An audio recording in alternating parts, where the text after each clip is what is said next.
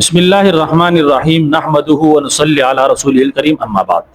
په خوب کې د منګک لیدو تعبیر څه ده؟ نن په دې خبره کو او په دې حواله سره مرګري تاسو هم کړل دی چې اکثر او بیشتر ز په خوب کې منګک کینم. نو یاد وساتئ په خوب کې د منګک لیدو چې کوم تعبیر دی دا انتهایی نقصان ده، لیکن بهرحال چون کې دي مختلف صورتونه دي او مختلف تعبیرات دي. نو اکثر کسان مکمل ویډیو نو ګوري، ظاهر خبر دا د شروع چې کوم خبرې دی غواړي په اخر کې چې کوم دي مختلف تعبیرات دي. نو بیا اکثر تاسو کې جما په خوب کې په فلان حالت کې چې کوم دي منګک لیدل نو دي بس تعبیر کیږي. نو ظاهر خبره ده د حالت په ذریعہ باندې د خوب تعبیر چې کوم دي بدليږي. نو مکمل ویډیو ګورئ، د هغه نه بعد چې کوم تاسو د خوب تعبیر له هغه هم تاسو دغه جواب تاسو ته د دې ویډیو کې ملاويږي. بهرحال راځو چې کوم دي په خوب کې منګک لیدو په حواله سره چې کوم تعبیرات دي په خوب کې منګک لیدو دا په یو داسې زنانه باندې دلالت کوي چې هغه زنانه بظاهره نیک ده، یعنی نیک عمله صالحه زنانه ده بظاهره، لیکن په باطن سره دنه چې کوم دا بد کردار زنانه ده. په حقیقت کې دا بد کردار ده، بظاهره ده پارسا ده یو نیک ده، لیکن حقیقت کې داسې زنانه بد کردار وي. دغه شانتي کې چې په خوب کې یو کس ویني چې هغه منګک نسل یا ورلا چا منګک ورکړل، دا د دې علامت دی چې د یو بد کردار زنانه سره بده نکاح کوي.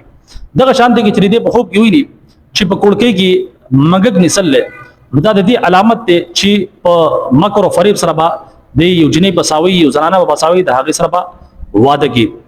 دغه شانتي په خوب کې منګک چې کوم دی په ګټه باندې وشتو دا د دې علامت دی چې د به بچا باندې تهمت لګي.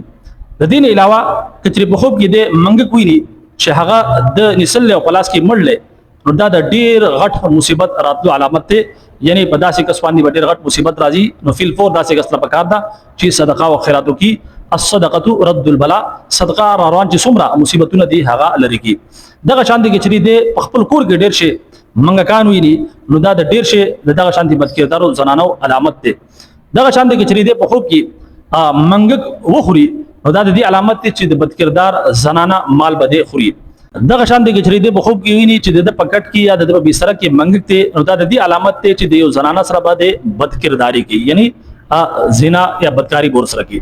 دغه شان د کچری په خوب کې ویني چې د پوزي د سورینا یا دغه شانتي د عضوی تناسلنا یعنی د امتیازو د لارې نه منګک راوځي نو دا د دې علامت ته چې د بداسې لور پیدا کیږي چې هغه به بد کردار وي.